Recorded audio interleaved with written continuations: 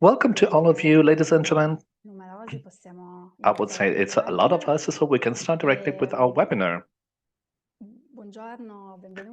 Good afternoon once again. My name is Lorena Di Maria. I'm a project manager in Torino Social Impact and also coordinator of the initiative Turin Impact Journalism. Torino Social Impact specifically is a territorial platform and also entrepreneurship and social impact investment platform environment based in Turin. One of the many projects that we started on impact economy is the impact journalism. It is a project applied to explore the role of journalism in this tech economy. And this is also an initiative that we are building up day by day, thanks to the different collaborations that are going to be set up with the organizations and associations that are particularly interested in this topic. And the first panel that we had in May for the International Book Fair, we started this initiative. This panel had the participation of national and international experts that exchanged on the topic of impact journalism. And on that occasion, we also launched a cycle webinar. So from June to December 2024, their mission is to deep dive at different perspectives and technical topics about impact journalism. The first webinar took place in June with principles of impact journalism. The second one was in September. The topic was metrics of social impact and journalism, through which we were able to explore tools and instruments of the social impact of news on their reference communities. Now we have come to the third webinar. The topic is Stories that Make the Difference. Stories about impact journalism, with the participation of national and international experts. And finally, there will be then the last webinar in December. I'm going to give you some more information at the end of this webinar. This cycle webinar is organized in coordination with the Order of Journalists. This is a coordination and collaboration which is of paramount importance for us, and it also then supported by the Social Impact for Italy, so the Italian Network for Impact Finance, and the president is Giovanna Melandri. Still some minutes, because I wanted to give you some technical information as for the platform. First and foremost, all of the speeches will be in Italian and in English. That's the reason why we have a simultaneous translation service. And so you can go to the lower part of the screen. You can choose your reference language, English or Italian. And the end of each speech, we have envisaged a Q&A session. And so that's the reason why I'd like to ask you to ask your questions in the chat, in the lower part of the screen, during this webinar, but not only at the end of the webinar. So finally, I'd like to ask you please to have your webcam on and also then to rename your accounts through your name and last name. This is very important, especially for the journalists that are accredited through the Audio Journalism platform. This is a very important requirement in order to receive your training credits. So please keep your webcam on. And finally, I'd like to thank Raffaele Zanotti, journalist of La Stampa and the curator and coordinator of the initiative Turin Impact Journalism. I'd like to thank all the different speakers at national and international level that are going to show us their experience. I'd like to also to thank Maria Chiara Voci, journalist and also author of the Sole 24 Ore. She's going to be the moderator of this meeting. I'd like to give her the floor in order to start, and also in order to have a nice experience together. Thank you very much. Thank you so much, Lorena. I'd like to thank you all. I'd like to also then say hello to all the different colleagues that are connected. I've been working for the Sole 24 Ore for about 20 years. I write about topics as for bio construction, architecture, so I'm a sector-specific journalist, and in Turin, I also then created a journalist service. The name is Spazi Inclusi, so included spaces. We have been working for 13 years in order to promote technical contents. That's the reason why we're a group of specialized communicators and journalists. And we are also then participants of Torino Social Impact. We are not just from Turin, we work also at national level and international level in order to create some contents in Italian and in English that are concerning how we can live in the future. This is our main topic. Why did I really want to belong to this program? I will not spend so much time about this because we have a very important experiences and reports. We have practical cases. We're going to talk about solutions, examples of impact journalism. But I'd like to come back to the consideration we have already shared together with Lorena and Rafael Zanotti when we had to prepare this webinar. It goes without saying that journalism needs to go back to its roots, a responsibility, because each time we write on a medium or media in general, because we work on media, because we are writing on that, but we have also a podcast, so I very often use my voice. Or maybe then sometimes we are on air, sometimes we carry out a survey. So if you wanted to report some news, each time we interact with our audience, we have an impact on our audience, and we should restart, make considerations, some good considerations on the impact that we are delivering to our audience, because we can have also impacts on some particular decisions and choices depending on how we deploy our topics, how we present them. It's very important that a journalist is informed, that knows its topic and their topic very well. I'm a technical journalist, so this is something that is for me of paramount importance, and we need, of course, to have the right goal, because everything which is reported will have a sequence, something that happens after. I'm going to make an example. This summer, I met a very important expert on the seismic issues from Turin, Stefano Pampanini. He's a university professor. He works at the university. He teaches at the university. He teaches structure engineering. He was a very important expert in New Zealand. He taught for many years in New Zealand. But in New Zealand, when he was younger, when he was at university, he just moved from Rome to New Zealand. He relived out an earthquake. So the government called him because they needed to have a long-term plan in order to convince people to protect their homes, because this earthquake destroyed a lot of buildings. So we needed and they needed to protect the existing building heritage. How did he do that? How did he develop this plan for the government? He trained technicians for sure they understood, of course, the behavior of buildings.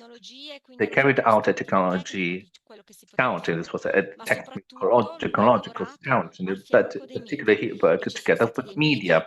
And there were some media that, together with him, next to him, were listening to him, understood, understand the problem, and they also impacted the audience. They really then contributed to culture because they wanted to explain why New Zealand had an earthquake problem. Even Italy has this kind of problem, but we have also very many other problems related to the territory. Now, altogether, we're able to wage this war. This is a very important thing for our sector, but this is something which is suitable for our sector. So I hope I explained it very simply, because we have very many challenges in front of us, and there are solutions. And today we're going to see many different examples that are working for solution journalists.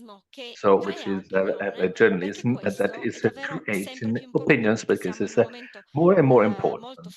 We are at a very fragile, a difficult moment. I'm very happy to have very important guests, and in particular, we have an Italian colleague, Camilla Soldati, that has been playing for a long time for playing. This is a medium that I know very well, and I know it's absolutely very important to focus on the environment, and how important it was also to focus on environment, even when nobody talked about that. We have done a journalists that work in war context. We have also some other important journalists that work on different media. So it's very important to create an impact culture through journalism, through what we write, because only in this way the prism of responsibility vis-à-vis our audience will come back to our storytelling, to our pages, to our medium. So now I stop here my introduction. I'm going to give the floor now to Mrs. Maria Boronowska. She works in Ukraine for Rubrika. Rubrika is one of the first Ukrainian media that faced the topic of narrating about institutions in a war context. So, Maria, I'm going to give you the floor. Please tell us something about your experience, the way you also can work in such an important and complex context. How can you tell about solutions and not just topics, conflicts? So I'm going to give you now the floor and hope I can also ask you some questions. Thank you. Buongiorno, everyone. Unfortunately, this is the only way my Italian works. I'm very glad to see you all, and thanks a lot for giving me an opportunity to present the Rubrika, the first Ukrainian solution journalism media. May I share the presentation I have prepared for you? You can. Thank you. Just a moment. So, okay. Share.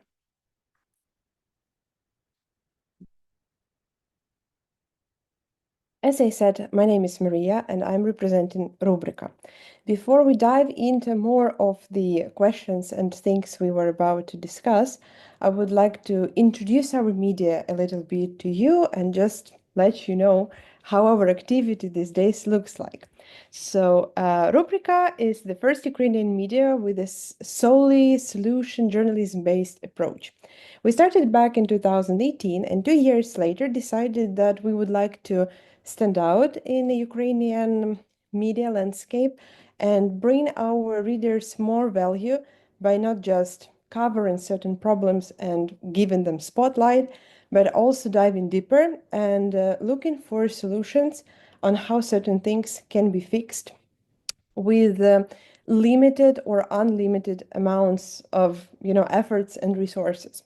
We very often have to function under the conditions where things are not in favor of us, but rather against. So that adds a bit of charm to all this solution endeavor, because every time you have to be very inventive and you have to communicate with very inventive and creative people who makes things happen despite anything. Over the last years, our media has grown up significantly. Our team has expanded, our media coverage has expanded. We are present on the main social media channels where you can read us in Ukrainian and in English, which also helps us reach out to international audience and present them our solutions and our reality as we experience it nowadays. Apart from social and economic things like any media would cover, we also focus on environmental issues, urbanism, and gender equality topics. All of them seem to be extremely important these days, and we are glad that we started long before it became a mainstream, because such things influence our life dramatically, even if we don't always accept this and admit it. We like thinking of Rubrika as champions of solution journalism and as agents of positive changes. This is our mission and vision and the core thing of our activities, because several important things you have to know about the media as we are. We would like to be ambassadors of positive changes in our country. We are always ready to share our experience on the international level, because surprisingly, problems are very similar all over the world, and they just have certain, special features. And the thing is that we have recently realized is that by based on the context of war that Ukraine has been experiencing to the full scale starting from 2022, we need to pay a lot of attention to the communities within the country because all positive changes mostly can be traced back to the local community level. So people everywhere matter, people of all possible activities matter, and they are very able of finding viable solutions that can be multiplied, duplicated, and can be adopted on various levels. One of the questions I had personally before this webinar was what kind of challenges we as media are facing nowadays.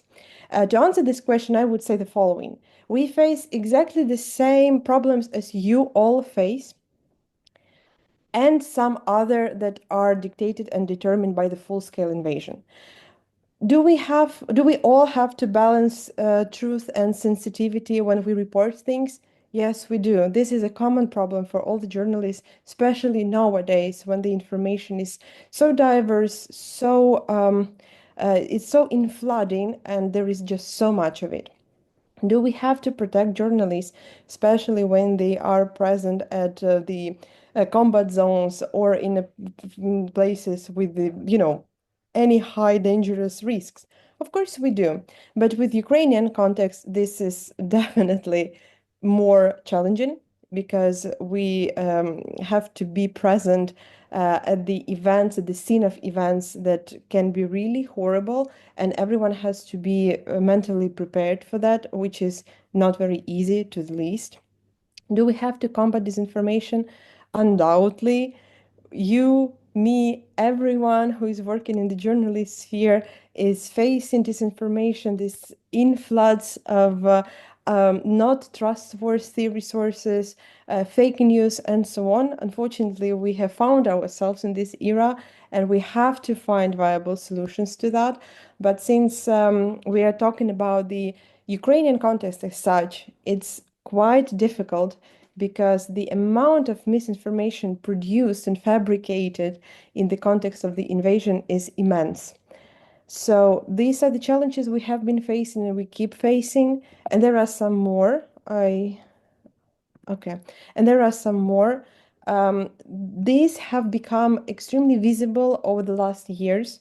I'm talking about audience fatigue. This is a very common phenomenon, in fact. People don't want more news because these pieces of news rarely bring anything good to the readers. But in the Ukrainian context, it has a very different meaning because there is so much despair and there are actually so many pieces of news that are extremely bad that people get not tired, but they lose their compassion to things. They are not as susceptible to that as maybe at the very beginning of the full-scale invasion, because people need to accumulate their resources and try to, withstand the flood of the negativity which is coming on them. Another challenge that we as media also has been facing for quite some time is the difficulties of highlighting this innovation and resilience stories. The point is that it's not challenging to speak about how Ukrainians tackle problems and manage them under these circumstances. It's not a problem because, in fact, it's very inspiring when you talk to people who manage to, take control of their lives and to strive for positive changes and be these agents of changes in the society. But the thing is that usually these solution stories, these case studies that could be, extremely useful, they come not from the abundance because, people had resources and they just wanted to do something good. Very often people face personal tragedies that inspire them to, move on, and they want to stay afloat by themselves. They have to, keep track of their life. They have to take care of their businesses. They have to start life from scratch, sometimes several times. This is difficult when you have so many stories like this, and then you have to find the way how to convey it to the audience. And some very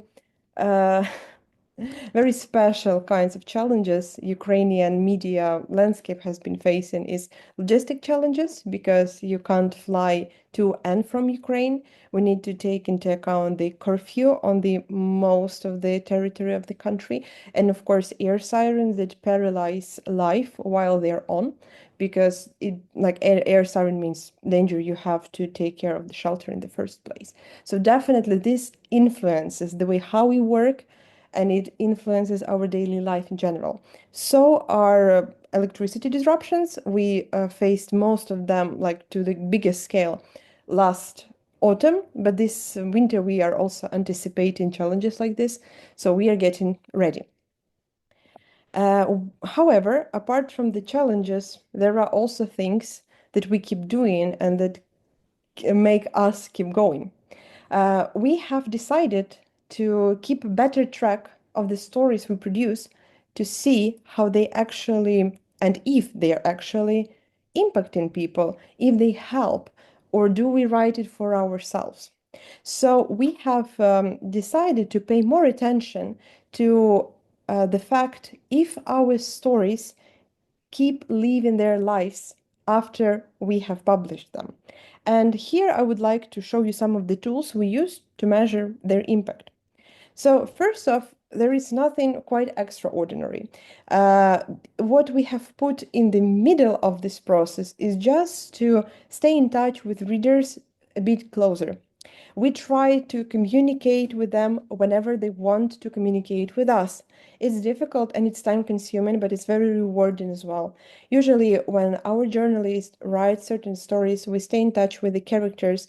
They come back to us to, just share some of their feedback or some of their impression. But when you dig deeper, most likely you will actually find that this a certain story, a particular story, has impacted, and you even have an opportunity to track this impact and to calculate it.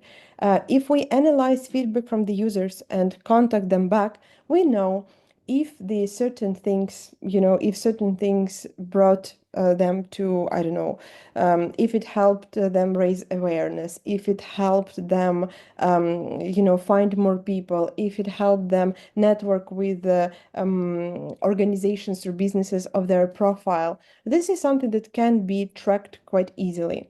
Another way we have a look at the impact of our stories is simply by analyzing them across various platforms. This is something we mostly all do because we need to understand how our audience react to certain content. So apart from these web analytic platform tools and this communication with the readers, we also sometimes reach out to them first to just harvest their opinions on certain things. And one of our plans, there's something we are going to do later on, is to perhaps conduct a series of very deep interviews with our readers and people who have never heard about us, just to gather their opinion of what they think the good media look like, what they would like us to write more about, and what they think is missing in the Ukrainian media landscape. So these are the tools we are currently using. Nothing very sophisticated, but something quite effective, I have to say. And just to, provide you with more examples how these impactful stories work in Ukrainian context with all the hardships of the wartime, I have just selected several. The first one is our series of articles that has contributed to prolonging the prosthetics program for Ukrainian military personnel by the government of Estonia. We cooperated with the charity fund. This charity fund was running the campaign aimed at advocating the prolongation of this prosthetic program. We joined the campaign by creating a series of materials that describe the stories of Ukrainian veterans who were injured during the war and who keep living their life and keep fighting for a better future in Ukraine. And actually, this campaign has this cumulative effect and helped the Estonian government make the decision and prolong this campaign for this year, 2024. Another story which we are also quite proud of is last year, Ukrainian journalists were conducting brief investigation on the situation with the rivers in the western part of the country. And we were collaborating with the local specialists who are, focusing on the rivers and their ecosystems. And during this process, we have come to a conclusion that certain rivers in the region turned to be on the brink of extinction because they got polluted by the local facilities. This is a classic story when, businesses overcome their power and unfortunately pollute the environment very significantly. So as a result of this publication, because there were this publication and several ones that were accompanying it, the local police are currently investigating the case of this pollution, and we keep track of the situation because, it's not enough just to ring a bell and make people know. We are also taking, some time to figure out how things are going with this. Unfortunately, investigation always takes a lot of time. And another brief story I would like to share with you, what we consider to be a nice, impactful story, is something that has happened very recently. We found a volunteer who is donating books to the predominantly village libraries on the recently liberated territories or the territories which are in a so-called gray zone near the front line itself. People still live there and life is still going on. His way of helping them was to collect nice, modern, interesting Ukrainian and English-speaking books, so the locals can actually, come back to the libraries and maybe find something that would, cater their taste. And his idea, he was the only one who started doing that at first. His idea turned into quite a big project. Overall, more than 7,000 books have been delivered so far by his efforts and efforts of his friends. But what we are really proud of in this story is that one of our readers, she figured out about the situation and about his activity, and she decided to join. She herself donated 250 books, making all of her friends, colleagues, and neighbors and everyone, participate. And the point is that she joined the project by contributing a quite substantial amount of books, and more people have figured it out about that, and more people have joined.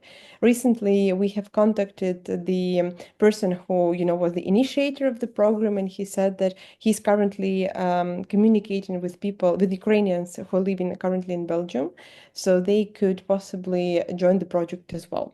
So again, we can't just stop the story on the very positive note just because it looks nice.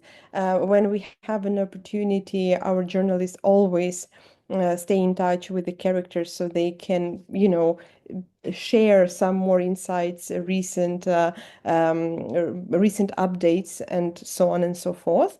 And we are also keeping track of this story because it has a very nice and positive message, and it managed to gather many people, like-minded people around it. So these are just examples on how certain stories turn out to be and how we keep track of them. And just to summarize it all, maybe I would be able to provide you with some insights on how we do this constructive approach in Ukraine. The question was like, how does a constructive approach help us reduce polarization among readers? I specifically looked into some recent studies in Ukrainian sociology, like how currently the situation looks like, and I came to a very interesting conclusion that scientists don't really consider Ukrainian society be polarized, because when it comes to vital things that define, the country's future, we are very united. I mean, as much as the society can be these days. But when it comes to polarization, we may say that, yeah, people in Ukraine have different opinions on everything. It's very difficult for us to settle down and agree on certain stuff. and it's difficult to find the common ground because of like various reasons. This is the whole lecture in itself. But we are very aware of that. We are very aware of this current climate. And so how we apply constructive approach and what helps us is that we are very keen on promoting balanced perspectives. So we verified resources, we talk to people with various opinions, we try to create a common area where they can actually have a dialogue. We always focus on solutions. It is not very easy because some solutions require a lot of time and a lot of trial and error approaches. And yet, if we find a solution, we make sure that our readers are aware of them. We try to encourage civil dialogue and invite reader participation. Our team does it in several ways. We are currently very actively developing the media community, people who are supporting the media and who are, deeply involved in the discussions around the topics and so on. So we make sure that people who read us, they have a voice and they can present their views and ideas. Also, we have recently launched a new format of network where not only readers like people, but also organizations, businesses, and other entities can actually meet each other to possibly make certain ideas come true. And we really pay a lot of attention to the contextual part because many things require a very deep investigation. They don't, they're not like they seem to be. So to avoid this problem and not to be biased, we do the fact checking really thoroughly and take the context into consideration. So this is how our constructive approach is aimed at uniting people rather than making them split apart. And we believe that this work doesn't go unnoticed. So that was my small, or maybe not very small, story. If you have any questions, if you would like to discuss something or suggest something, feel free. Allora Maria, sicuramente ci sarà Thank you una so much, fase di Maria. For sure, there domande will be then a Q&A session. Probably will be probably at the end. So we will ask chi ci sta people ascoltando to a do that. So formulare le I ask all those who are domande listening to us to perché ask credo che questions sia because un'occasione I unica believe anche that per it's una a missione great internazionale, opportunity non to have an specificata, di international avere connection. It doesn't happen so often colleghi to have fuori da un somebody that paese is connected sensibile from come il tuo, abroad, appunto in from a cui si sensitive parla anche country sullo just like yours, straniero. Io that we volevo are chiederti un reading about it paio on di our cose. La newspapers. prima, I'd tu like hai to ask you a couple parlato of di studi questions. First, you scientifici talked about che in scientific qualche modo danno riscontro studies that somehow rispetto a questo are tema then also della writing about the capacità di topic influenzare of the con qualche capability to organismo anche le influence, to scelte impact o through good magari journalism, so they le can impact reazioni. choices, Allora, decisions. Maybe they volevo can also chiederti then innanzitutto impact l'approfondimento su questo readers' tema, reactions. perché credo I'd like che to sia un ask tema you to nodale deep e dive molto this poco topic because I conosciuto think this is of paramount importance. This is not dai so media anche well known tradizionali. by the traditional Ehm, media, Poi conventional intanto vedo media. che stanno arrivando anche delle And then domande, I magari see that qualche there are also some partecipe. other questions Dai, in the chat. prego. Okay, here we go, please. So I would just like to come back briefly to the question itself. When it comes to the scientific approach, I definitely mentioned that I just myself try to dive into the situation, like demographic and sociologic situation in the country, just to understand how polarized the Ukrainian society can be the standards. In this case, I would just like to recommend the report used by the Kiev School of Economics because these are these are leading scientists in Ukraine who are constantly doing researches on that. So if you ever just fancy understanding how possibly the team can combine the journalistic and scientific approach, I would recommend this because I myself, I'm more into the analytic stuff and so on. But when it comes to this, definitely you can use various scientific approaches because they will actually make the conclusions more data-driven. And sometimes, which is also very interesting, one can come to a conclusion that doesn't really correspond to the reality. This is from the sphere of the biases we all heard of. And also it's very important to tackle them when you are writing material about basically anything. We have recently, like in our team, decided that we would like to pay more attention to this and specifically to maybe work more with the statistics because when it comes to there are a lot of reports currently conducted on the situation in Ukraine, for example. So we are having a lot of material to work with.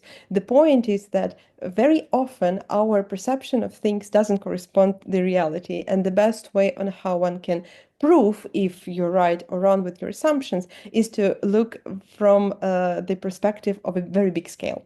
So we are thinking about including this approach more because very often the situation in Ukraine and the situation in many countries is misinterpreted because it's misunderstood because it's not analyzed enough, although the data is present. This is a very tedious work and you can't do it for every possible piece you write. But sometimes when you feel that the topic is too controversial and the views are too mutually excluding, it's a good way to look into things because sometimes the answer may be present. Yeah. Grazie a te, Maria.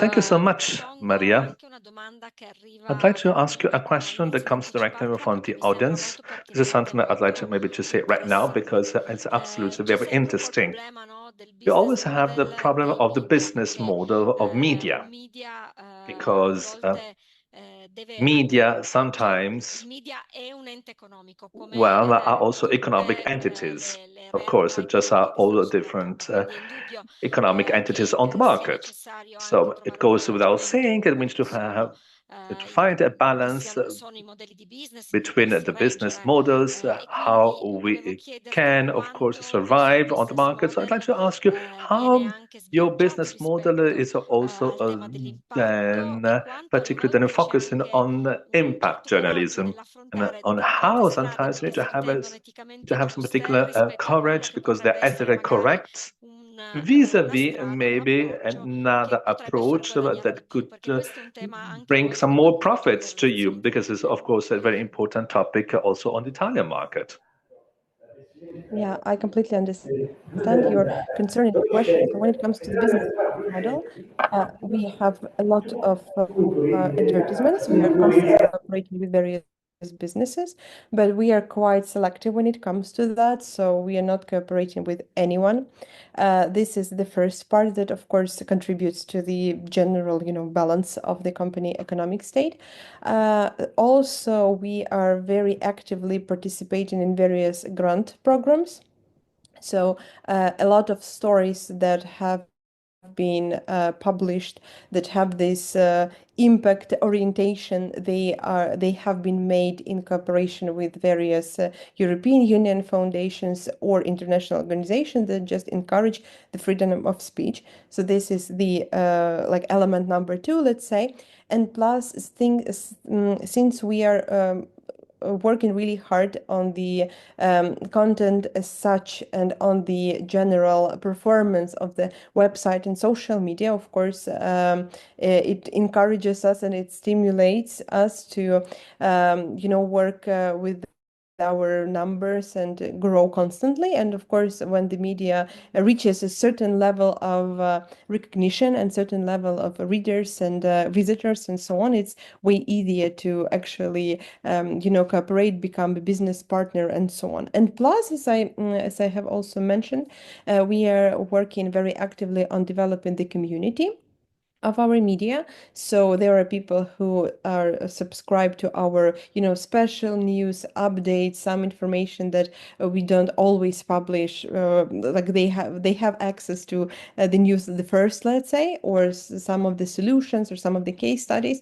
And these people support the community of Rubrica either on a monthly basis or it's a one-time support. But that is something that we have been also striving to develop, and this is something we have been doing quite successfully. So I would say this is how our business model looks like.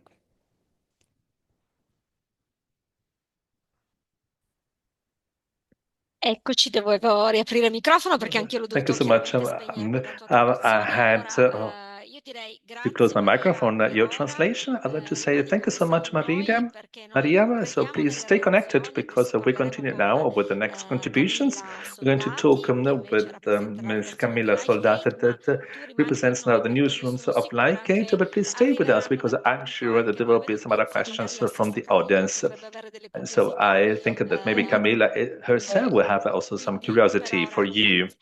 Thank you so much. Now, Okay, piacere averti connessa. Io ripasso Camilla, thank you so much for being here. alla lingua italiana I'm perché coming back anche to the noi Italian dobbiamo language because, of course, switchare we have rispetto a also te. done to switch on our LifeGate, insomma, si computer. è posto So LifeGate su un tema has che done particularly era di focused frontiera quando on voi a avete topic iniziato, è un that was, tema just a poco conosciuto, ci pioneering avete topic fatto, io when you sono started. reduce, This is comunque insomma a siamo new stati topic. tutti in questa So grande I just came back fiera from in Italia, Ecomondo, from appunto this come very spesso è una important fiera che c'è a trade Rimini, fair in dove si Italy parla that takes place in di Rimini in economia in Italy, una where we maniera talk about anche ecology, economica, nel senso environment, che c'è una also from the grande economic point of economia view, because dell'ecologia actually oggi, there's a lot purtroppo anche perché alle of volte ecological economy rischiano today, poi di even avere too un much washing because anche sometimes importante, we anche have the questo ha a risk of che fare con un greenwashing. This is impatto. also paramount Eh, important. This is something also which is è un also tema difficile e concerning sottile e soprattutto impact generation. This is a mi verrebbe da difficult dire and a che very oggi sensitive al topic, solco and especially mondiale I si have to sono say aggiunte le that questioni next to giustamente a the environmental 360 gradi impact, di we quelle have che erano also a definite ESG, 350 quindi sociale degree di governance, che issues, è so un the tutt'uno, no? ESGs, E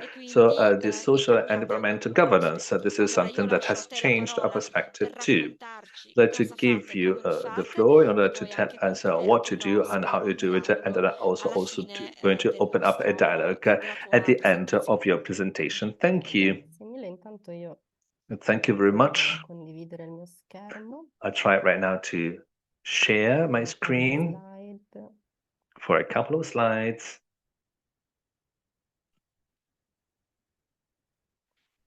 Ok, se mi confermate che anche voi lo vedete, Can you please confirm that you can see my Lo screen? vediamo Thank tutto, you. grazie. Perfetto, grazie mille. Yes, we can see it. Thank you so Allora, much. come dicevi tu, Maria Chiara, As you were LifeGate ha saying, una Maria storia Chiara, LifeGate insomma, decennale, has anche a pluridecennale, long-standing nell'ambito della sostenibilità story ambientale e sociale, within the social and e environmental volevo sustainability semplicemente decades, raccontare let's just say. un pochino I'd like to il mio summarize it very quickly storia. for all those who do not know it. LifeGate è nato nel 2000, LifeGate was set up in the year famiglia 2000 Roveda when era the all'inizio, Roveda diciamo, family del loro progetto had personale, che era just fatto finished di their articoli, personal e erano project. stati i primi, diciamo, a fare And biologico, they were the quindi first ones soprattutto that sugli created scaffali della grande distribuzione, then quindi organic supermercati, food and then pieni cartoncini, the vestiti, wholesale distribution. Maybe then you quindi remember that. diversi dal biologico, So coming back dall'agricoltura from biologica organic che foods, appunto from the organic più di 20 agriculture, anni fa erano that poche more than persone 20 che years ago was facevano just comunque something for a fatica few poco, people that had this hanno kind of avuto approach. questa visione So e they had this vision, ok, and the raccontare topic come si was può fare to in tell, to altri modi. narrate what you can do Quindi in a nel different 2000 hanno way. fondato So LifeGate in the year con l'obiettivo 2000, di parlare they appunto di questo founded LifeGate with the goal to sustainabilità e talk and to sustainability. involve people Quindi ai in tempi è this nato new in lifestyles. cartaceo, ho So messo we had foto first degli of all archivi, then a paper è stata LifeGate. lanciata This la is radio something that e belongs più to avanti archives le now. And then geolocazioni. a Oggi radio sono was passati launched. 24 anni e So LifeGate è una nowadays, società a 24 beneficio years after, e so il suo obiettivo è LifeGate is a benefit di comunicare la company. sostenibilità And the ambientale e goal is to sociale communicate attraverso social and diversi environmental canali, diciamo. sustainability Uno through è il Media different Network, quindi channels. le testate First giornalistiche che si is the media compongono di network, giornalisti so radio different e social. journalists, media, website and radio, and then also a consultancy time where we have 3 people that are supporting people, and then we have all the environmental projects where we have also the possibility to implement everything that is narrated on different channels. So I'd like to tell you something about that, something that I belong to, which is, of course, the content of the newsroom. The newsroom, every day we have to face sustainability in social environmental topics. We talk about news about the whole world, so we're particularly then focusing on the topics and the items we're seeing from the world. First thing, so we focus on the current situation right now. On the other side, we try, of course, also to go beyond that. And we also try to go beyond that speed that information has reached over the last years. Breaking news, so this kind of sensationalist titles, everything that we try to do to narrate, but with different speeds. We try also to slow down a little bit. We try to analyze a bit better what happening, where to talk about causes, but also possible solutions. The topic that we deal with is something that we try to deep dive. We try to see all the different consequences. We try to understand all different problems, very clear and simple way. Starting from scientific data, and then we try to find solutions. So then stories that can tell something about possibilities, things, conditions, circumstances that are happening. There are different ways on different levels, but anyway, our goal is also to amplify voices, experts, scientists that are working on territories in their specific sectors wide and implementing these actions. And we do that in this way. This is basically the overview of all the categories that we cover. You know that there are many different categories because, of course, in the social area, so we have a big container of news. So sometimes we also have we run the risk that the word sustainability is also then empty, so it doesn't have all the different meanings that we wanted to convey. We've been talking about that for years, and we also always wanted to say that we have to talk about environment, biodiversity, water, so food, agriculture, soil. So these are all topics that are intertwined. And then, of course, we talk about lifestyle because, of course, we always address readers, so people. These are not just abstract terms, these are people that read us, and that we wanted to communicate with them all the different topics, all the different solutions that are particularly very close to us, personal choices that are concerning our lives. So we can talk about what we do, what's so our clothes, what our food. So let's say in an exhaustive way. How do we do that? I'm going to give you some examples. This is basically an overview about these categories. So environment, the first category, this is basically the category, this is the largest one. Let's say that so the challenge of our millennium of our century is the climate. First of all, we try to inform, to explain causes and consequences of climate changes, the different nuances of climate changes, and why this something concerns us very closely. Because these are phenomena that are happening just around the corner, even at local level. And this is also a way to explain people that all the decisions that we make have then an impact. And then we'd like to also to understand solutions for such problems and solutions that we need to make. So I have an example here on COP. So particularly here, the one in Baku, so the COP29 on climate, where governments are going to talk about 2 weeks long to find an agreement or agreements for the climate transition, how to finance it.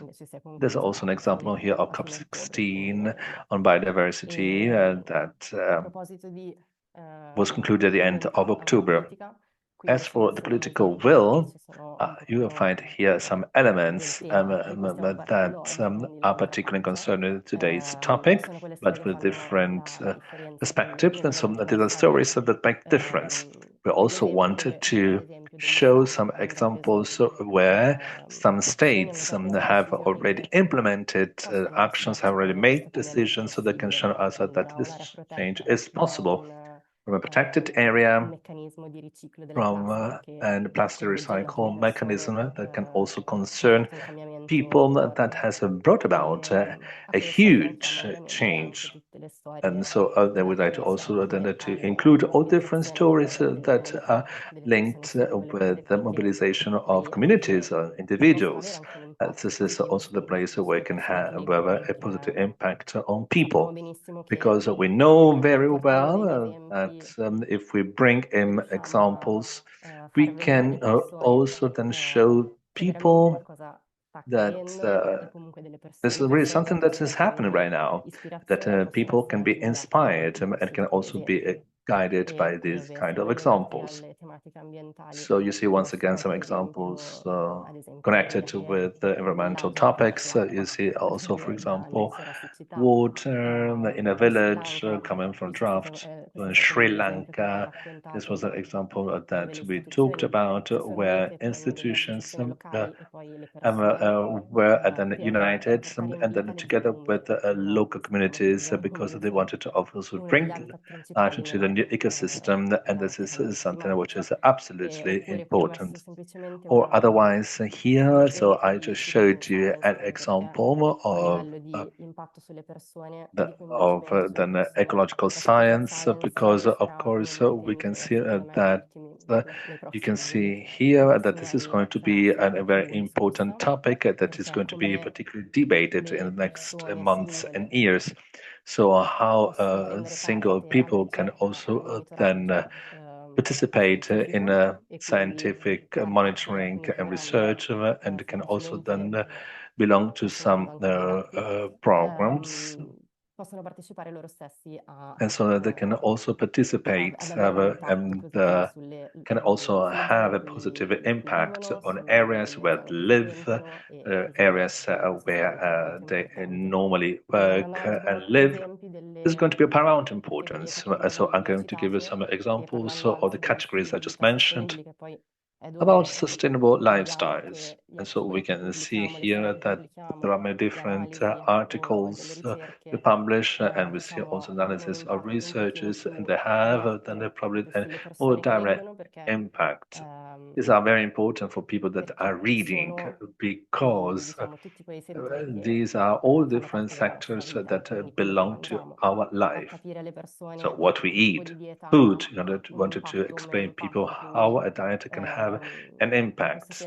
And so I believe that in this way we can really then talk with our community. We can also then be in contact with the communities that we talk with, and so we want to also to understand what information that they need in order to bring about a change. So once again, what we eat, what we have on our plate, where it comes from, Is it more important to have something that is produced close by, or is it something that comes from far away? And seasonability, their origin. So we have seen how people then are then shopping as well, what articles, items they are choosing, and we can really understand what people do. È un passettino per poter fare questo tipo di cambiamento. Ho messo la moda anche come altro I also esempio. included fashion because this is another relevant topic, and we have had good feedbacks. We understood that those pieces of information about people do have a great impact onto people themselves. They play a crucial role because garments is something that we all need, and we are also used to fast fashion, to fast-paced fashion industries. Every season you see something new being launched onto the market. Therefore, we try and cover this industry as well, so that we can communicate more about possible choices that are offered in terms of more awareness and lowering their impact onto the environment, but also onto people, because we know that the fashion industry is not one of the most pollutants, polluting, but also one of the most critical in terms of exploiting labor and human rights. Therefore, we select, if you will, some brands which are most sustainable. We also produce guides so that you can read labels correctly, you can understand better what materials are included in their manufacturing. Here is the example of Shein. So after the toxicity of some garments made it to the news, we tried to spur a dialogue with researchers to understand how they came about such results, and to share more information with people so that they can be even more aware in terms of what type of impact their choices might have, not just onto other people, but also onto their own health. Another way we have to tackle the different topics are those long forms. So there are kind of dossiers and reportages from the field. So here are a few examples. One that we put forth in Italy. We spoke with local people as well as with the different entities about PFAS usage, and we also talked to scientists to understand whether a world without those pollutants is possible, and the answer was yes. So we tried to understand what solutions are at hand. And then another example of conservation and local seeds. Another way that, in our opinion, is quite useful and impactful to amplify and magnify the voices of those who are actually acting and finding solutions is cooperating with the NGOs and the different associations. For a few years, we have been doing so with a number of associations, and this is a way for us to practically magnify campaigns which have been active and raising awareness about local activities. Here is an example about European elections, because we had taken part in the campaign for animal rights promoted by LAV. And this is another example of the impact one might generate when voting. And then nutrition. We collaborate affiliated with Essere Animali, so they are promoters of vegetarian or plant-based nutrition. So here is a set of possible collaborations. Just a few examples of the stories that we've been trying to tell. The associations are the ones that are active on the field and who really know what it means to generate true impact actions and impactful actions. So this is another example of collaborations with associations generating strong impacts. One about a lake that was saved because it had been threatened by a project to harvest water for ski resorts, and the different associations have been mobilizing for years in a constant way, and we understood how communicating and pushing people to do something had an impact onto the good outcome and the positive outcome of the campaign itself. Therefore, we embraced the second campaign, which is still ongoing, about another project in Val d'Aosta region. There is a wild area that is being threatened by a project to build a ski resort and ski slopes. These are absolutely crucial for biodiversity to tackle the issue of climate change and fight against it. So it was really nice to see how people reacted to this positively. So we managed to translate theory into practice. Why is this important? Why will this have an impact on our lives, even though we're talking about a lake or a valley, which are not that close to us, whilst spurring action.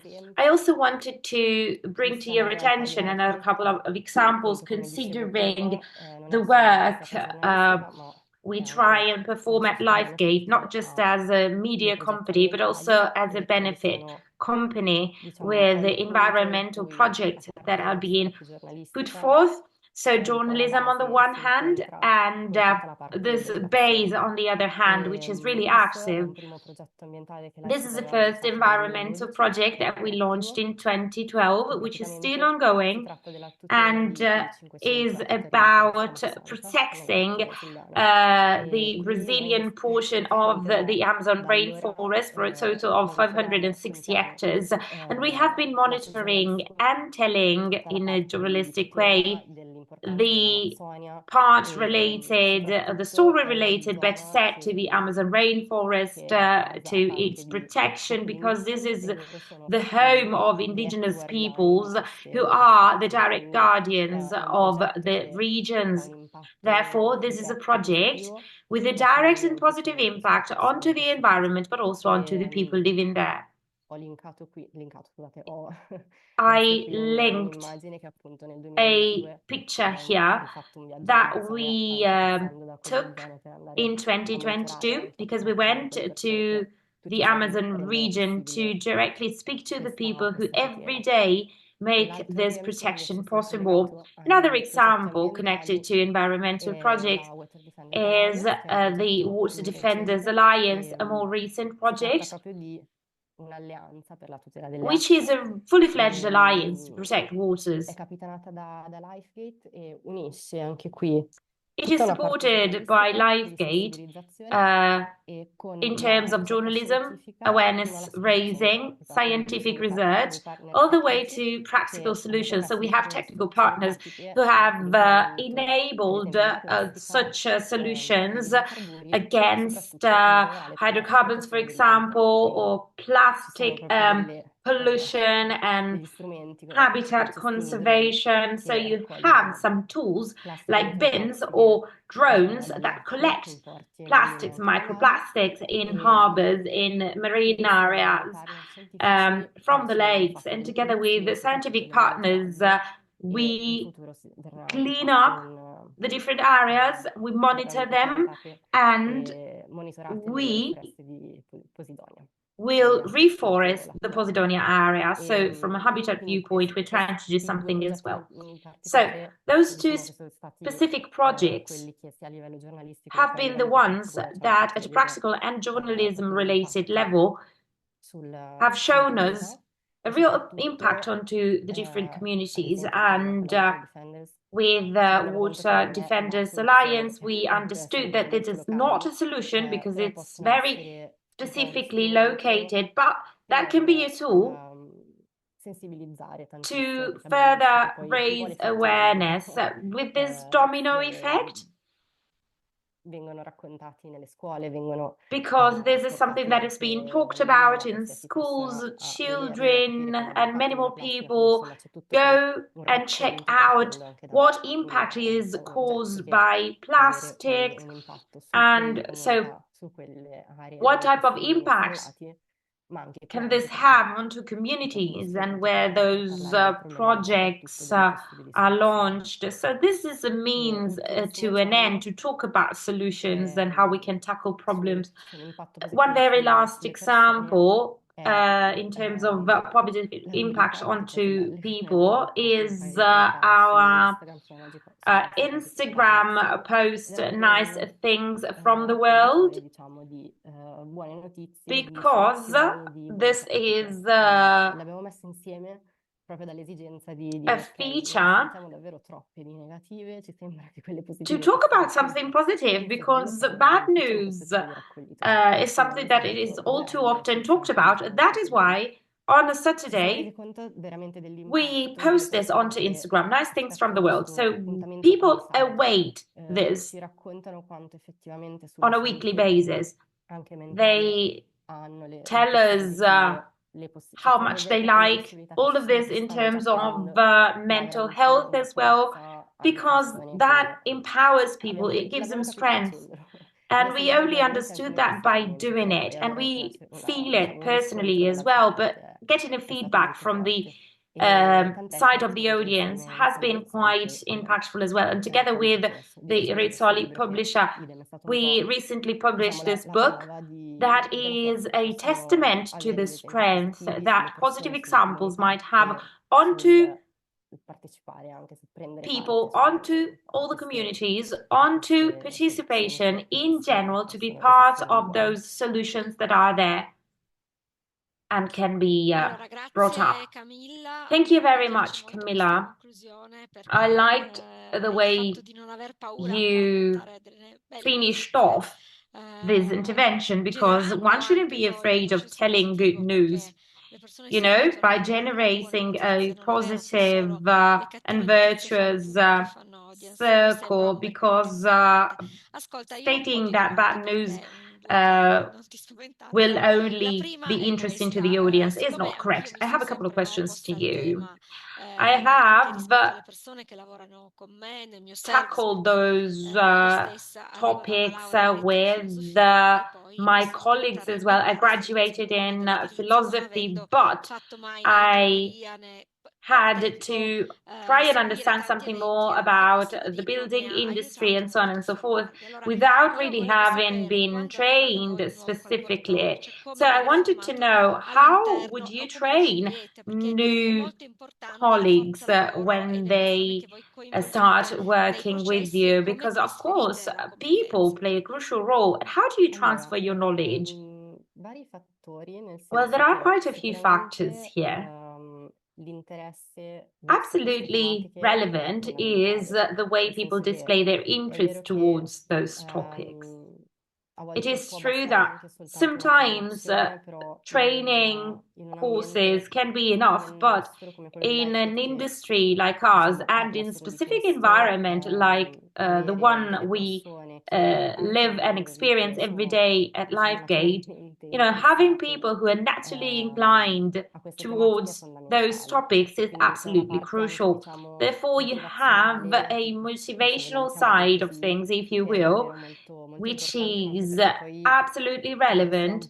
And I believe that's the very determinate storie, determinati fatti e soprattutto basic parlarne in una element for maniera you to find out giusta more e about certain topics, diciamo about in specific questo elements, so that you can dig webinar deeper orientati a delle and soluzioni also present orientate those a topics delle to the unità. world, Quindi like c'è the una way parte we're doing motivazionale now che throughout non this è, webinar. secondo me, So the negli studi. motivational part Poi shan't be excluded, and se cerchiamo of course, dei giornalisti o if delle you persone are specializzate looking in alcuni for ambiti, journalists è or ovvio people che who are è un'altra parte che è specifically fondamentale, trained quindi in a certain ovviamente field, well, that's a se cerchiamo una different persona esperta di story. mobilità, So if va da we sé are che looking in for mobilità somebody who is an non expert posso in dire. mobility, of course, they have to be Come a quite livello savvy from that di viewpoint. formazione, In terms of training, ci sono, diciamo, you vari might step, have a number se of si cerca steps, qualcuno in una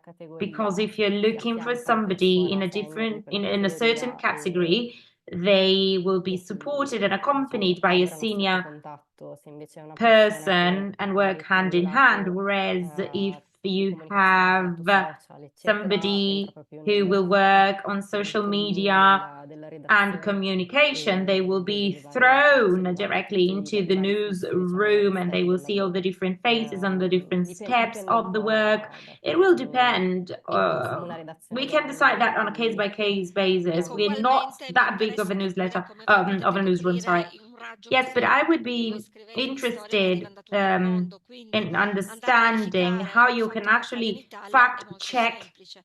something Verificare che that does sia not vero quello che happen in raccontate Italy or magari is rispetto alle not altre nazioni happening diventa where più you are difficile anche su questo located. fronte. Come So fate a from coprire this questa vastità? viewpoint, how can you Allora, tackle diciamo all che of non this ci affidiamo vastness? tantissimo Well, we a rely giornalisti freelance, non upon sono tanti, però freelancers, loro stessi freelance specializzati su journalists. They're determinate not that aree many, but e they abbiamo are dei giornalisti che vivono specialized in nei paesi certain di areas. And destino. we have journalists who Quindi live in the countries qualche they anno fa report from. abbiamo fatto anche una A few versione in years inglese ago, sul we also sito came up with an che English diciamo version non of è our super website. aggiornata It's not per una questione 100% purtroppo updated di risorse, every però time, so we can't really abbiamo update it giornalisti che scrivono dall'India, abbiamo due giornalisti che to scrivono limited resources, but we dagli do have Stati journalists Uniti, writing da from alcuni the paesi US, asiatici, from quindi India, from loro, some African loro tra l'altro sono countries, proprio quelli che raccontano le storie and they are the più ones simili ai who fatti magari di tell cronaca, more quindi sono quelli che about dal territorio viaggiano, stories fotografano rather than, tutte le varie tappe you per magari know, raccogliere anche più storie uh, quando ce le propongono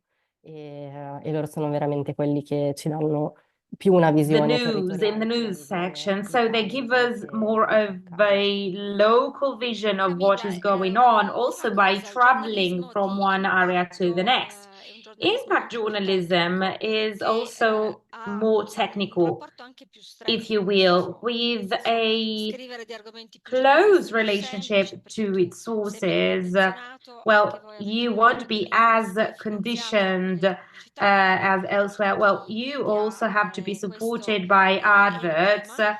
and that's also a topic E quindi come fate a that mantenere plays its part. l'indipendenza So, rispetto a how can queste you still fonti be e l'indipendenza independent rispetto a vis-a-vis your chi sources finanzia and also anche the determinate entities campagne? Voi financing fate some spesso anche campaigns, campagne, hai detto, because you siete un do movimento. campaign a E come lot si fa as a poi a movement, as distinguere you la stated. militanza How da can quella che è il you buon giornalismo? draw a Perché line anche between questo being è militant importante. A me è in capitato di good avere journalism delle persone and anche in what is redazione not? che poi mi Because in my dicevano: ma io newsroom, I siete had talmente people coinvolti telling che me, ci well, I fate feel so trascendere il invested that I do giornalismo, believe in insomma this no rimanere matter in what, un ambito but di a obiettività, no? La journalist militanza must non always bene. try and be No, assolutamente, infatti objective. You can't come dicevo anche prima, really be a militant, right? qualsiasi cosa che Yes, indeed. So, as I said before, anything that we report quindi on and publish starts partiamo and sempre stems from dal report data. di turno che So, esce, partiamo, se c'è reports una tematica anche that are complessa being a livello published, di impatto complex ambientale, topics in terms of cerchiamo environmental le impact, persone we che will then scientificamente se go ne possono and look spiegare, for perché come dici people who tu non scientifically arriviamo dappertutto e non riusciamo tutto, can anzi explain this to us because we abbiamo can't get proprio portatori anche everywhere. di voci That's scientifiche, why quindi we su ogni are singolo tema lavoriamo per enablers for those portare scientific voices as well. parere So we look forward to non è getting parere, those è proprio la different spiegazione, perché poi opinions. They're bisogna not really cadere anche opinions, they're nel fatto che explanations, better la said, scienza non è un'opinione, because lo ribadiamo. Science is not an opinion. Therefore, we report back to scientific reports, pardon the pun, and another quite relevant topic for the times we live in is scientific divulgation. So dissemination, better said. So we are the right link to this, because if we can't really explain things ourselves, an expert must do that.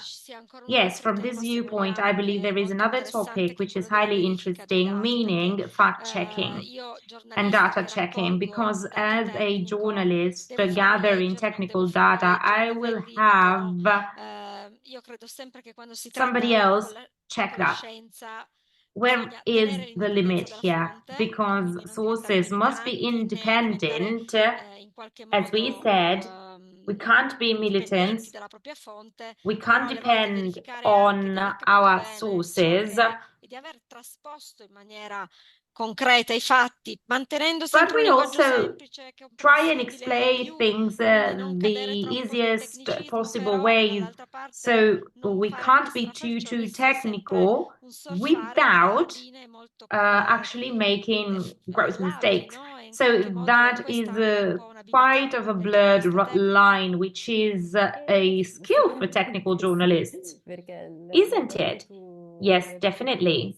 Perché bisogna, esatto, bisogna, come dire, fare un po' uno slalom, fare un po' una cernita, andare proprio a far così tra le varie anche informazioni. You have to non bisogna mai actually una fonte, ovviamente. Rely on a number of different sources. Yeah, that's a fantastic piece of advice. It's a little bit of a zigzag, and whenever you can, go to the place you're reporting about, talk to the people and the parties involved, as many as you can. Thank you very much, Camilla. That is highly interesting. And please stay on so that our colleagues listening in can actually ask questions. They're a bit shy today because there are not so many questions coming in, but this is a real chance for you to spur a dialogue. Please don't be shy, because this is the very basic element of our activity. I shall now welcome a person whom I met many years ago, Alberto Pugliapito. Slow News, welcome to you as well. And since you are at work right now, you're working on a reportage, it will be interesting for you as well to tell us more about this investigative report that you've been working on. How can you actually showcase solutions and not just problems, because solutions might be exit strategies, but also concrete analyses that can broaden our vision. The floor is yours. Intanto grazie per l'invito. Thank you very much for inviting me. I hope I will have something interesting to tell you. I am sorry for the background. It's a bit informal. I generally blur it out, but yeah, sorry about that. I didn't manage to do this today. It should be safe for work anyway. You can still see my iron board in the background, but never mind that. So Slow News is diciamo così, di giornalismo delle soluzioni the a tutta la nostra produzione giornalistica e che abbiamo newspaper I manage, and we were selected for an international project at the European level about the so-called solutions journalism. We won a grant by Journalism Fund that deals with uniting different newsrooms, different types of journalism, thus favoring the so-called cross-border journalism, so different newsrooms tackling different aspects to try and deal with one same topic from different viewpoints, from an Italian, Portuguese viewpoint, for example, as it happened to us. Winning this grant was absolutely relevant to us from a sustainability perspective because it allowed it to produce a set of works that otherwise would have been difficult to write. If you're not too familiar with my paper, we have a business model which is completely crazy, almost incapable of staying on the market the way we know it. What do I mean by that? All the articles we write can be read free of charge. Therefore, there is no pay work, that you don't really even have to sign up, and we have no adverts.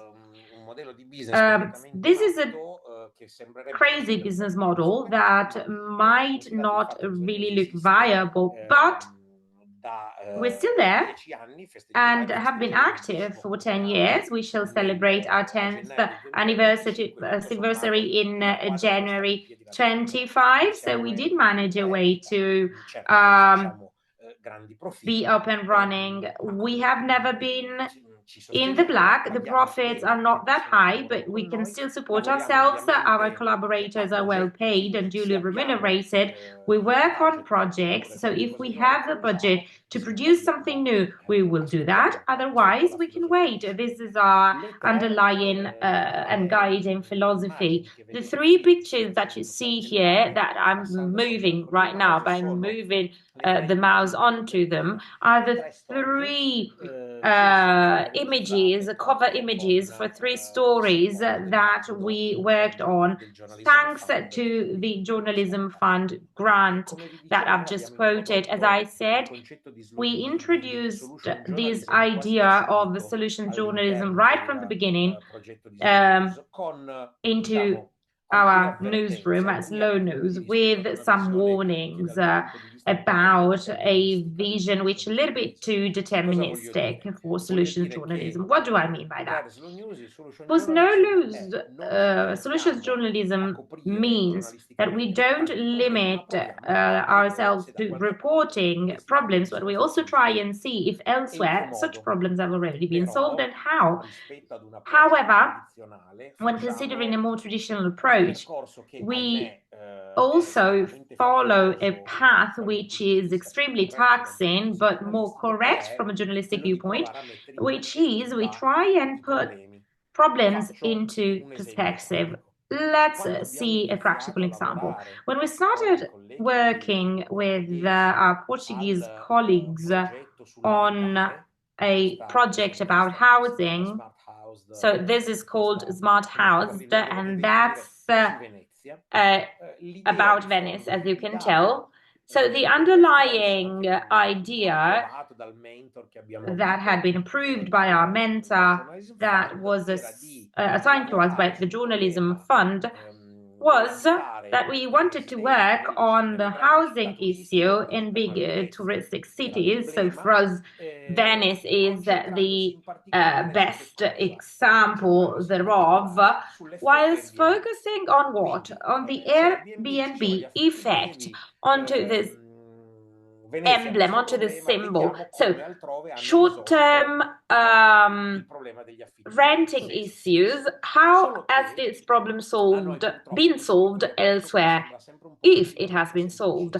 So this approach might look a little bit too simplistic. So what is difficult about this is the following. So you see a short presentation of our work, and then you see this overview of the series and all the different episodes. So we try and put this into a historic perspective. So in the first episode, everybody wanted to save Venice, but from what? We wondered whether we were correctly defining the problem at all. Is it hypertourism, or is it the fact that dwellers are abandoning Venice, or is it the money? So we worked on our research at length. I'm scrolling down to show to you how our work can be declined. Abbiamo fatto un progetto di ricerca So per we provare put a forth storicizzare questo all of problema. this Ora, to try se io vi and faccio put vedere this questo grafico, into la a popolazione del centro perspective, storico, cosiddetto centro storico which della can be città historic. So di Venezia, this come is vedete, the è in declino water dal city of Venice. 1251 You see that the e population has been basta decreasing guardare che c'è qui, steadily since possiamo anche vedere 1971 che questo in the problema city non center, so the riguarda so-called tutto historic il center, comune di and this Venezia, cioè c'è problem un declino della is not popolazione impacting the whole of the municipality of Venice due to the fact that for example, migrants are not compensating the gap created by the fact that we are not having as many children as in the past, but you won't see the same level in terms of loss of population elsewhere. So we decided not to concentrate on what has happened over the past few years due to Airbnb, because we are attributing to Airbnb this causing role, if you will, but that is might be one of the many causes. It might be an accelerator thereof. So we reached out to this professor who has been tackling the issue for a few years and who wrote a very interesting book about it, showing how over tourism in Venice can be traced back to the 13th century, when pilgrims who wanted to reach actually the Holy Land actually stopped there after being lured in by people who wanted to generate more profit by exploiting them and deceiving them. So one of the most interesting things we found out about, database obviously, was the following. At the end of the 13th century, the Doge of Venice created the figure of tourist guides that was not defined as such back then, but he created a figure to guide around those pilgrims. They had to speak one more language, not just Phoenician, and if it's two of them, they will have to speak another language as well. So they will have to take them to the different inns, displaying prices that had been controlled. So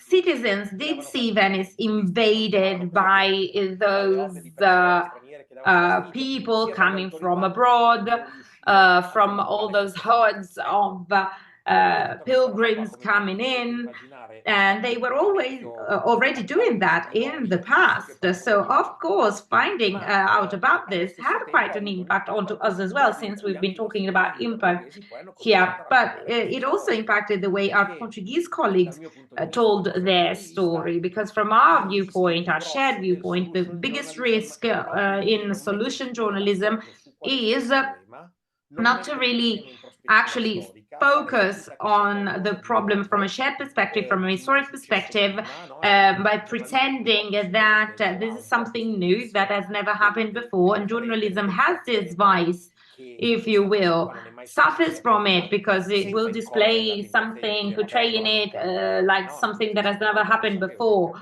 We are fully aware of the fact that things change, but we're trying not to convey this deterministic vision.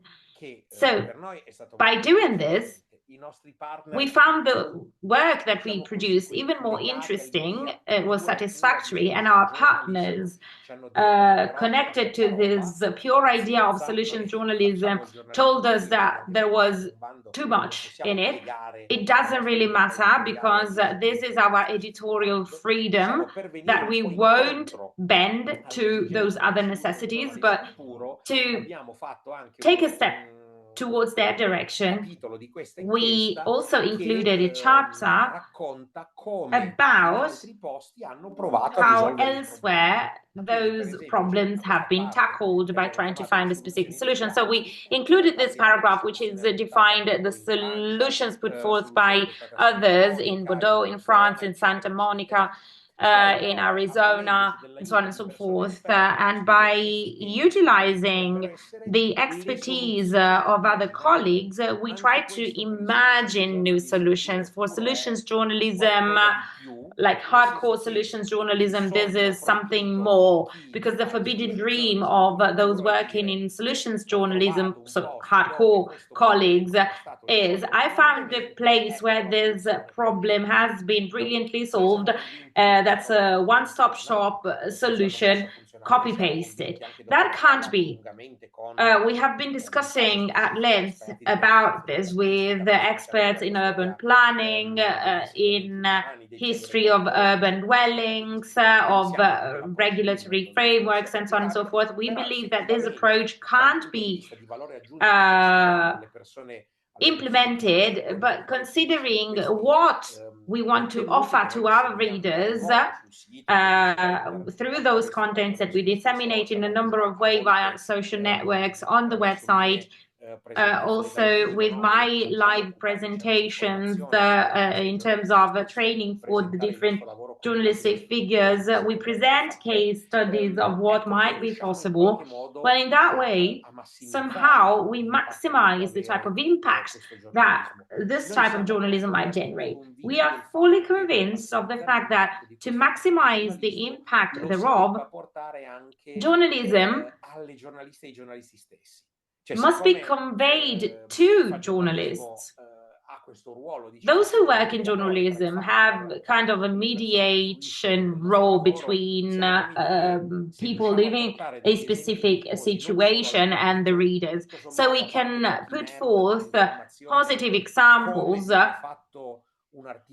We can change something. So the way a newsroom works will only be interesting for a niche of people. But in a situation like this one, like this webinar that I've been kindly invited to, we believe it can be even more interesting to showcase our experience by doing things in a different way without really running around, going crazy, like in a hamster wheel, you know, rushing 24/7 to report on different types of news. And we do so by questioning the starting point, like we did by questioning solutions journalism. Therefore, in a nutshell, on Slow News, you will find 3 different reports, and we mix a lot with reportages as well, with the news that you can find on a daily basis. So numbers and figures, the so-called data journalism, personal stories, everything is put together to reach one end, which is the story that we're trying to tell. So we have 3 topics: the good fashion, so the fashion industry, smart house, about over tourism, and heat resilient cities, so climate change. Declined from a perspective of solutions journalism that is part of our editorial line, considering all the different topics that we tackle. We always try and make all of this quite practical, because our niche of readers will enjoy it, but we try and avoid leaving it too theoretical. So what do? We have a number of projects which are ongoing in Venice, financed by a number of entities. One of those foresaw the study of the smart control room in Venice, which is actually a facility using new technologies and AI. We have been investigating on for over a year by interviewing people, by interviewing the guarantor as well, or better said, the competition regulator. So we tried to be as rigorous as possible, and we understood that this type of journalism is quite slow. In order for it to have an impact whatsoever and reach out to people, well, you know, we're quite small. We don't have a brand driver on our side. What do we have to do? We have to go back to current events. So before moving back to smart housing, we created a documentary about the smart control room on the 25th of April 2024, when we knew that the whole of the journalism world at a national and international level would be talking about the access ticket to the city. So we actually exploited this current event, this piece of news, to publish the biggest documentary we had worked on for a year, and that you can find free of charge on YouTube. So if you are curious about it, I will link it to you in the chat. But since the risk of this type of journalism is that sometimes we might look quite snobbish because we like to dictate the agenda, or because we are neglecting breaking news or hard news. We are not doing that. We are not snobbish. We just know that hard news and breaking news is something that all mainstream newsletters report on in a way which is far better than what we could do. But we need to convey this. We need to show people that we're not snobs. So they need to see that we tackle issues they also report on. So before the 25th of April, we released this documentary. You see 172,000 views, which is not that much, but for us, it is a lot. So completion rate of almost 50%, meaning the people who watch it to the end, half of the time. So sometimes you might skip here and there, and you have the analytics reports available. And then we also issued a second chapter of this documentary series on the 25th of April. This is me with my funny face. It's the 25th of April. Let's go and see what is going to happen. This is a longer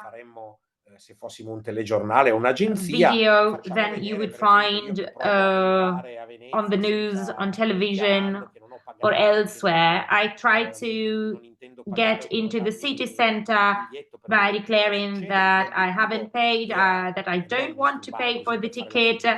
So I didn't want to be an activist here. I had an aim in mind, and my idea was that if you hadn't booked and paid for the ticket, you can't be sanctioned, because that would be unconstitutional. So I wanted to be fined to actually challenge it, but I was not fined. Therefore, I interviewed some activists who had been there with the same idea. We talked to the mayor and other journalists to show what they were doing. We followed the demonstration and so on and so forth. And we issued that, we released that on the 25th of April to actually follow up on the interest displayed towards this example of current events. So if you can plan it correctly, you can link it back to current news. So the project for Venice is to double the number of days of this experiment and double the price of the ticket, for the ticket. And we are going to go there again when this is implemented and see what happens. So producing those contents in a slow way means that they will not get old as time goes by. So when we go back to Venice, we will add a further chapter, which is still interesting, so that we can relaunch everything that has been done before. Alberto, sorry, I should interrupt you there and interject you there. This is highly interesting. Thank you very much. for your passion, because the impact created by journalism is also conveyed through our passion for storytelling. Multimedia, so a number of different tools is interesting, and your pictures were striking. You use videos, you use a number of tools, and this might be a key to reach a broader plethora of audiences. So impact journalism using different tools and means. Absolutely. A different tool that we used was AI. So that might frighten you, but what did I do? A draft of my interview was written by myself directly, and then I had the transcripts of the interview. I remembered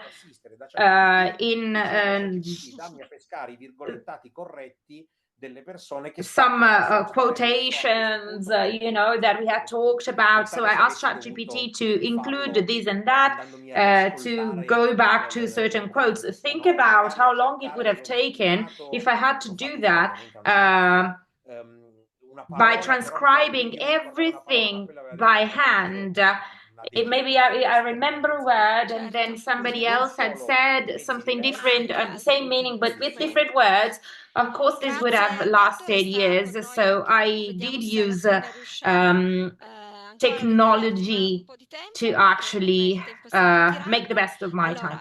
Okay, yes, indeed. To actually do this, Christian de Boisrenaud, I hope I pronounced this correctly. Stock News, highly interesting experience of yours. I know you're active in a number of countries. You're going to show us a video to tell us more about how impact journalism as a core business works for you, because you've been doing so for quite a while. Over to you. And sorry for being late. My son broke his arm this morning, and I totally thought I was focused on this, and I totally was disturbed. So thank you very much, and sorry for being late. I hope you all speak English or have a translation. Actually, I started to think about solution journalism in 2003 when I created Reporter d'Espoir, because a few years before, with two friends of mine, we made a world tour to report on internet on people who were changing the world, people who were doing social businesses or things like this. And actually, we wrote a book which became a bestseller, which was not something we could expect. And so I thought to myself, why journalists don't talk about solutions more often?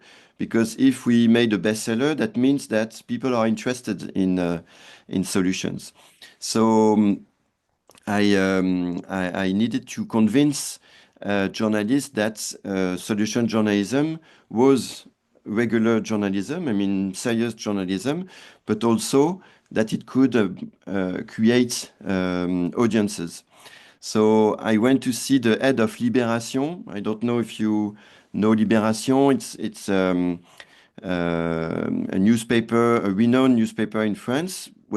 Now it's a quite low, with a quite low audience, but it's very well renowned, and it was with a high distribution at that time.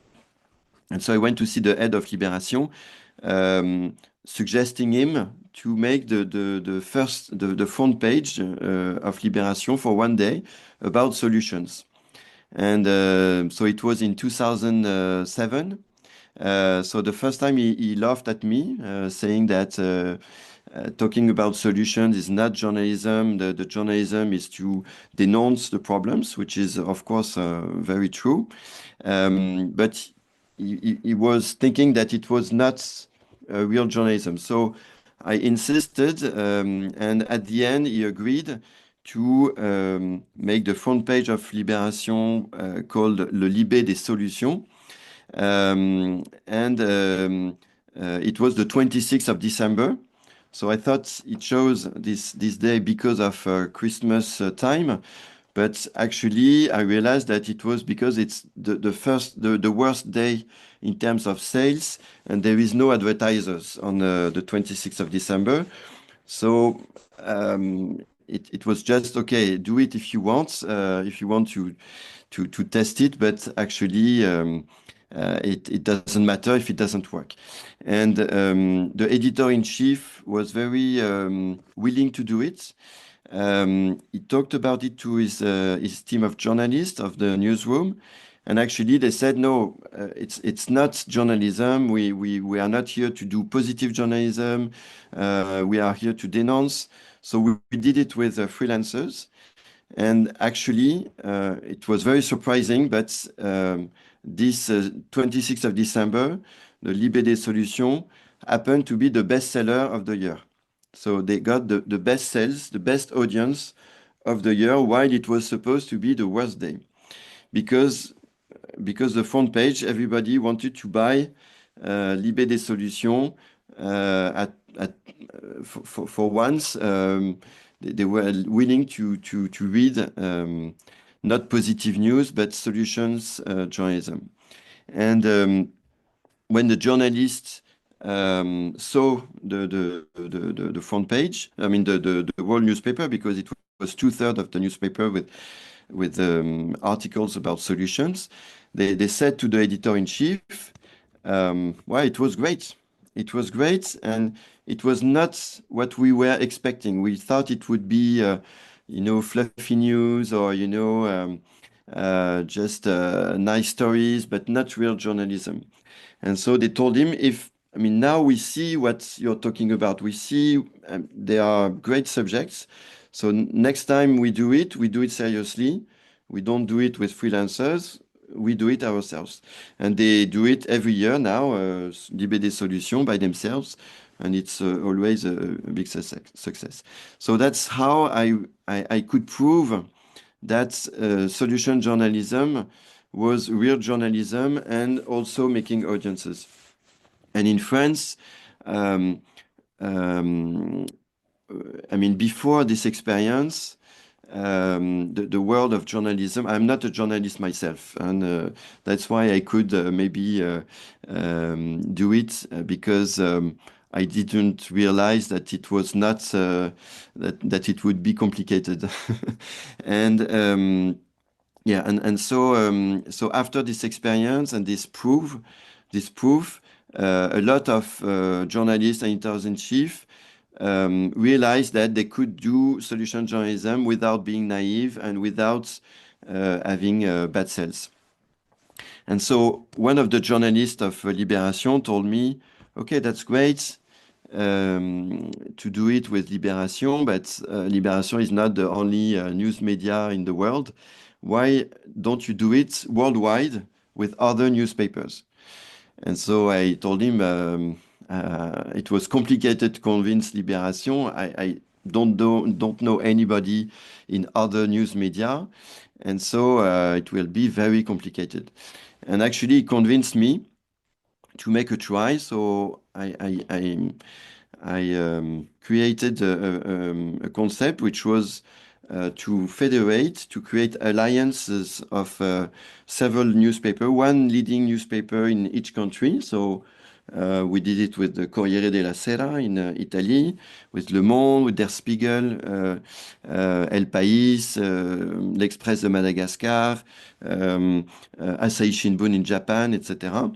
And so the idea was to say, okay, each country, each newspaper, you will find the best innovative solutions you have in your country. You will make a great article, and on the same day, all the 50 newspapers, you will publish the articles of all your peers. So we manage the translation. And so, well, the first year it was not 50 newspapers. We started with 20, and it was quite complicated. But year after year, it became bigger and bigger.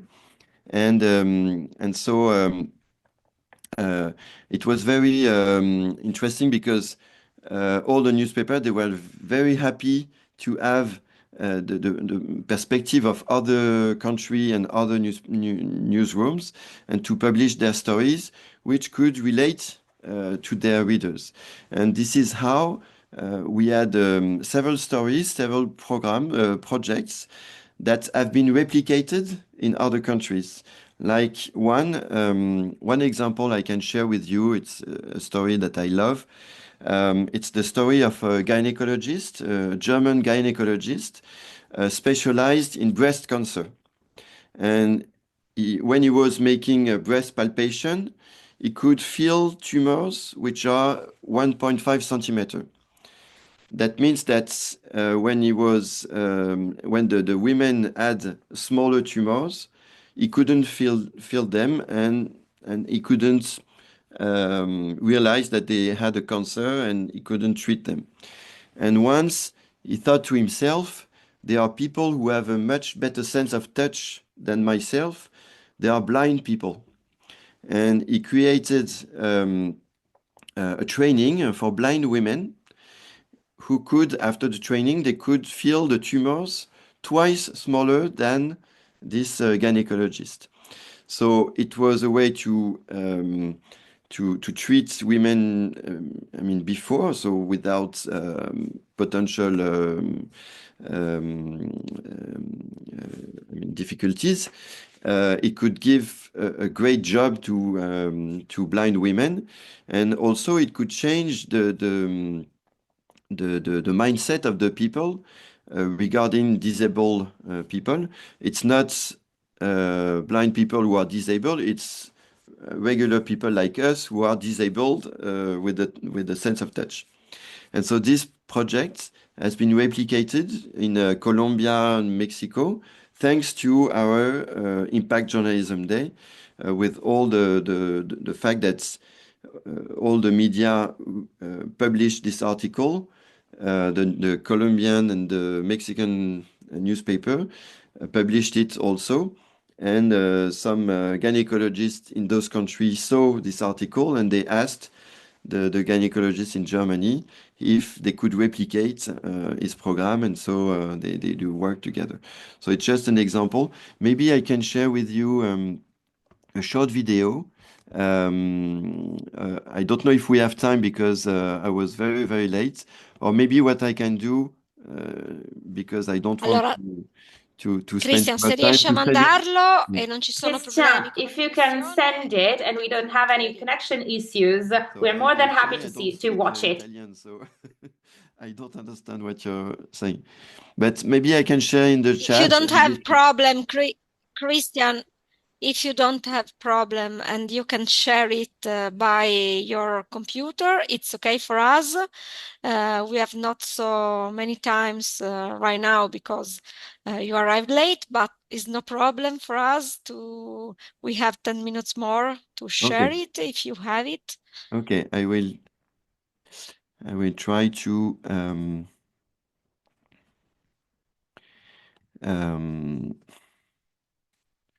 well, I maybe because I don't want to spend your time, I will send it to you on the chat, and so everybody. We can share it. Yeah. Yes, we can share. Yes, Christian, we can share the video with our public. Yeah, I send it on the chat, and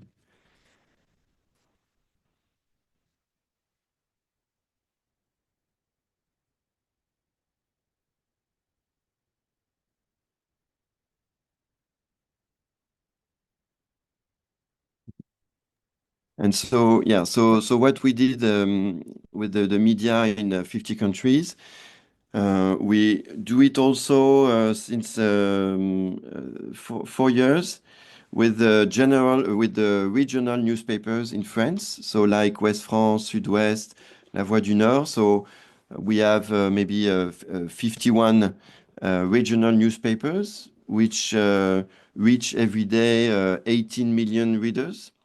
And so we do the same. I mean, the good thing is that we don't have to translate in many languages. And actually, it's the first time. I mean, we do it twice a year, 16 pages about best solutions in French regions. And it's the first time they do something together. It's the first time they do an editorial program together. So I'm sharing this because maybe in Italy, I don't know if you have a lot of regional newspapers. I guess you have. And maybe it's something, if some of you are motivated, maybe it's something we could share our experience and you could create the same thing. It's very successful. And the newspapers, they are very proud to share the best solutions from their region and to share it with 18 million readers.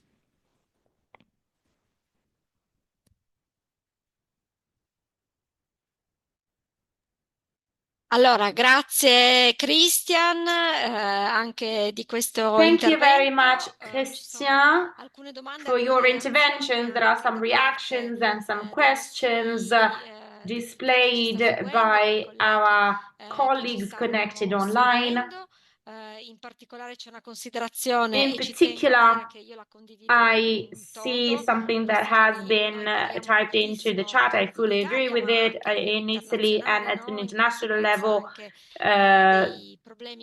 due to climate-related issues, we have been talking about the effects of specific situations. So how city center was flooded here and there, but nobody actually goes and to the place where it happened to analyze the real causes. So I fully agree with the colleague who shared this in the chat. Solution journalism is the solution, trying to see the problem and consider it from a different viewpoint whilst suggesting some actions that might propose an answer as well as a different perspective. I would like to re-engage our other panelists because, oh, here they are. I see them still connected. Alberto and Camilla are there. And we are being asked a general question and l'esigenza di un giornalismo di impatto che non sia generalista, how can we actually spur the capacity to talk to an audience which is not only an audience made of specialists and not only made of activists?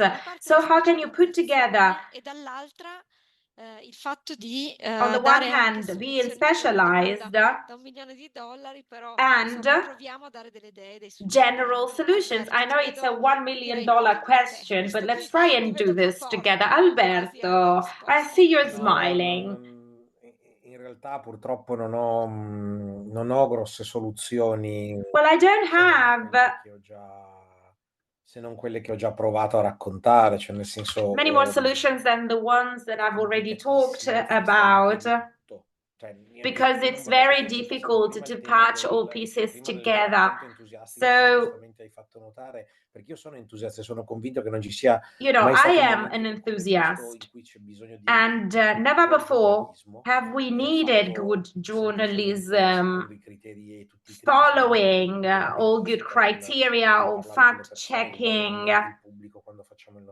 not having in mind our audience. But my message was not that I wish to convey the idea that it is easy to do so. It's really a mess, actually. But to support that type of journalism, we also do something else. I'm also a trainer. I'm also a business consultant, because I can't afford to only work by being this type of journalist. This is absolutely difficult. Mainstream journalism might try this out because sometimes they do so, and not everything is to be shredded into pieces, but I don't see any systemic solution. As long as we are still tied to those ancient business models dating back to the 18th or 17th century, it is really difficult to patch everything together. Camilla, same question to you. Unfortunately, we are always running behind because of lack of time, which is not actually the best possible situation to perform impact journalism. And so I do appreciate newspapers who manage or which manage to actually tackle pieces of news in a different way. Well, talking to people, I would like to add something to what Alberto said. So we, as journalists, we should try and speak to the head of the people and not really to their bellies, so not to their guts. So avoiding sensationalism, because the news might suffer. So by not doing so, we might go back to that type of journalism without always running around looking for pieces of news. Of course, there will always be newspapers who will report on those pieces of news, but different types of newspapers or publications will have the chance to stop and say, look, we have been talking about this by deep diving into a different topic. Okay, a drought, yes, but why? And we can try and understand everything that is behind it. And I would like to hear, to finish off this day together, what Christian has to say. I do hope he's been listening to the interpreter here. No? Yeah, Is I he? just I discovered it a few minutes ago. So, but sorry, what is your question? Sorry. Allora, la domanda è cercare di capire appunto, se un altro modello. We wanted to try and understand whether we have to pursue a different journalistic model. Is there a different type of journalistic model that we can implement that can talk about technical topics to a wider audience without being addressed to trained audiences only, but winning over people who are not militants, who are not experts? Yeah, it's difficult to. I mean, yeah, that's why I chose not to create a media dedicated to the subjects, because I thought that we needed to embed solution journalism within the general, within main news media, media outlets. And actually, to be honest,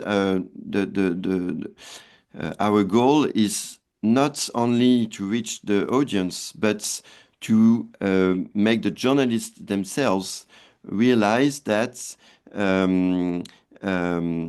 talking about solutions means to be very careful, because if you don't talk about solutions, you depress everyone. If you talk about solutions, but without knowing your subject very well, then you can do a kind of positive journalism, which is not correct, because actually you really need to talk about real things and something serious. So when we do our programs, for example, we challenge the journalists when they suggest the subjects.